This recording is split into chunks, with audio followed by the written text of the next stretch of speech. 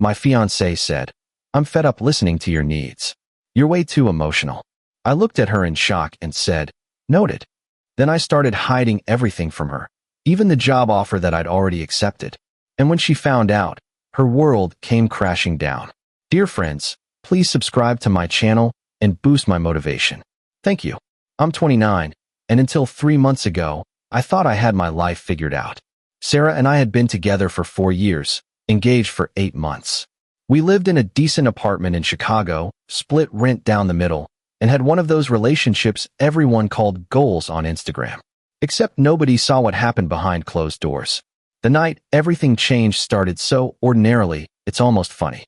I came home from a particularly brutal day. My boss had dumped a project on me with a 48-hour deadline, and I was exhausted. I walked in around 8 p.m., and Sarah was on the couch with her laptop, barely looking up. "Hey," I said, dropping my bag. "Rough day? Can we talk for a bit?" She didn't pause her typing. "About what?" "Just, I don't know. Work's been insane. I feel like we haven't really connected in weeks." That's when she closed her laptop with more force than necessary and turned to me with this look I'd never seen before. Cold. Irritated. "I'm fed up listening to your needs," she said flatly. "You're way too emotional. Do you know how exhausting it is? Every day it's something. You're stressed, you're tired, you need to talk. I have my own shit to deal with." I stood there, frozen. We'd had arguments before, sure, but nothing like this. Nothing this dismissive. "I just wanted to talk to my fiancé," I said quietly. "Well, maybe your fiancé is tired of being your therapist." I stared at her for a long moment. Then I said the only thing that came to mind. "Noted." I walked into the bedroom and shut the door. That night, lying in bed while she stayed on the couch, something fundamental broke in me. Not dramatically, more like a switch flipping off. I decided right then that if she didn't want to hear about my life, she wouldn't. What she didn't know was that I'd received a job offer 2 weeks earlier. A really good one. A position at a tech company in Austin with a 40% salary bump and relocation assistance. I'd been sitting on it, wanting to discuss it with her, figure out if we'd move together or if I'd commute for a while. After that night, I accepted it without saying a word. The next few weeks were weird. I went full gray rock. She'd ask how my day was. I'd say fine. She'd complain about her coworkers. I'd nod and say nothing.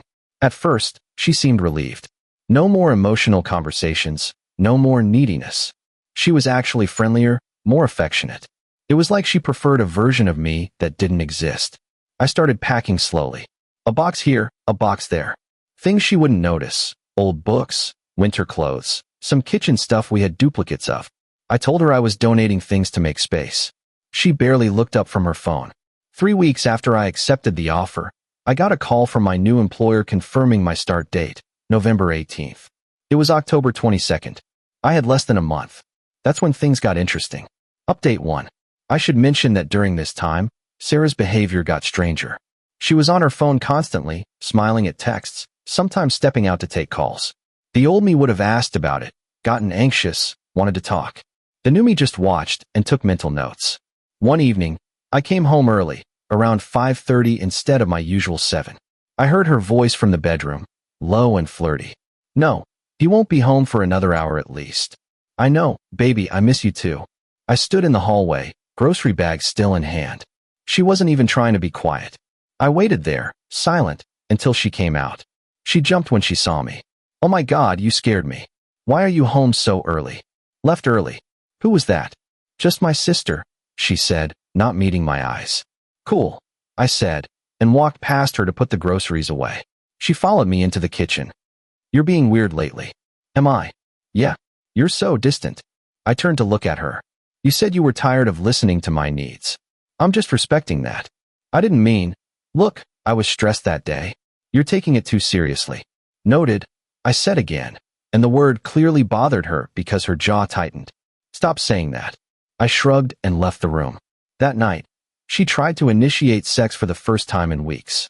I told her I was tired. The irony wasn't lost on me. 2 days later, I found out who she'd been talking to. I wasn't snooping. Her laptop was open on the kitchen table, and a message notification popped up. "Can't wait to see you Friday night. The hotel room is perfect." The sender was named Marcus. I didn't recognize the name, but I took a photo of the screen with my phone. Then I did something I'm not proud of. I checked her messages when she was in the shower. Marcus was her coworker. They'd been seeing each other for at least 2 months based on the message history. The messages were explicit. Plans for hotels. Complaints about me being clingy and exhausting. One message from her, dated 3 weeks ago, I'm so done with him. The second this lease is up, I'm out. I closed the laptop and sat there, weirdly calm. I wasn't even that hurt. More validated than anything. I'd been right to protect myself. Update 2. I didn't confront her. What would be the point? Instead, I accelerated my plans. I found a subletter for my half of the lease. A friend of a friend who was desperate for a place. I scheduled movers for November 15th, 3 days before my start date. I opened a new bank account and rerouted my direct deposit. I removed her as my emergency contact everywhere. I even bought a plane ticket. Sarah had no idea. She kept seeing Marcus, Friday nights mostly, claiming she was out with coworkers or helping her sister. I said okay to everything. I was pleasant, neutral, completely checked out. November 10th, she asked me what I wanted to do for Thanksgiving. I'll probably be busy, I said. Busy with what? Work stuff. She frowned. You never have work stuff on holidays. Things change. That seemed to bother her, but she didn't push it. The cognitive dissonance must have been wild. She was cheating on me, planning to leave me, but still wanted me around for holidays and rent payments. November 14th, the day before the movers, I came home to find her in a surprisingly good mood. Hey, so I was thinking, she said, maybe we should finally set a wedding date. Like, actually do it. Maybe next fall. I looked at her, this woman I'd planned to marry, who'd been sleeping with someone else while telling me I was too emotional, and I almost laughed. Sure, I said. Let's talk about it this weekend. Really? She seemed genuinely happy. Relieved, even. Yeah, this weekend. She hugged me. I stood there with my arms at my sides. Update 3. November 15th, moving day. I'd taken a personal day from work. Sarah thought I was at the office. The movers arrived at 9 a.m. I'd already packed everything that mattered. Clothes, electronics, important documents, sentimental items. I left the furniture since most of it was hers or jointly purchased. I even left the engagement ring on the kitchen counter with a note. The note said, I'm fed up listening to your lies. You're way too unfaithful.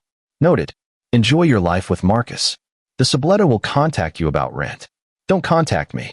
I also printed out screenshots of her messages with Marcus and left them next to the ring. I was gone by noon. The movers packed my stuff into storage in Austin, and I checked into a hotel near O'Hare for my 6 a.m. flight the next morning. My phone started blowing up around 5 p.m. 17 calls from Sarah. Dozens of texts. Where are you? What the fuck is this note? You went through my private messages? You can't just leave. We need to talk about this. I can explain everything. Marcus means nothing. Please answer me. You're being so immature. After everything I've done for you. You owe me a conversation. I blocked her number after reading them. I figured she'd earned the screenshots and the note. That was her conversation. She called my mom. My mom called me. Sarah's hysterical, Mom said. She says you abandoned her. She's been cheating on me for months, Mom. I'm moving to Austin for a new job. I didn't abandon anyone. Austin? What job? Since when? Since I accepted the offer a month ago. And you didn't tell anyone? She told me she was tired of listening to me. So I stopped talking. There was a long pause. Then my mom said, send me those screenshots. I did. Mom called back 10 minutes later. Okay. Do you need anything? I'm good. I'll call you when I'm settled. Final update. It's been 2 months. I'm writing this from my apartment in Austin. The job is incredible. Better team, better projects, better pay. I've made friends. I joined a climbing gym.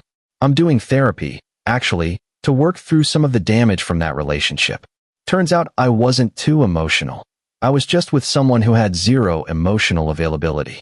Sarah tried to reach out through mutual friends for a few weeks. According to them, she and Marcus dated for about 3 weeks after I left before he dumped her. Something about her being too intense and moving too fast. The irony is delicious. She had to cover my half of the rent herself for 2 months before the subletter's lease started, which apparently destroyed her finances. She's since moved back in with her parents. Several friends have asked why I didn't confront her, why I just left. Here's the thing. People who dismiss your feelings don't deserve your explanations. She showed me exactly how much she valued me. I just believed her and acted accordingly. My mom sent me a wedding gift refund check last week. Apparently, Sarah's mom had already started collecting contributions. I donated it to a men's mental health charity. I'm not dating yet. Not ready. But I'm not hiding anymore either. I talk about my day, my feelings, my needs. And the people in my life actually listen. Turns out that's normal. Who knew? Edit 1. A lot of people are asking if Sarah ever apologized.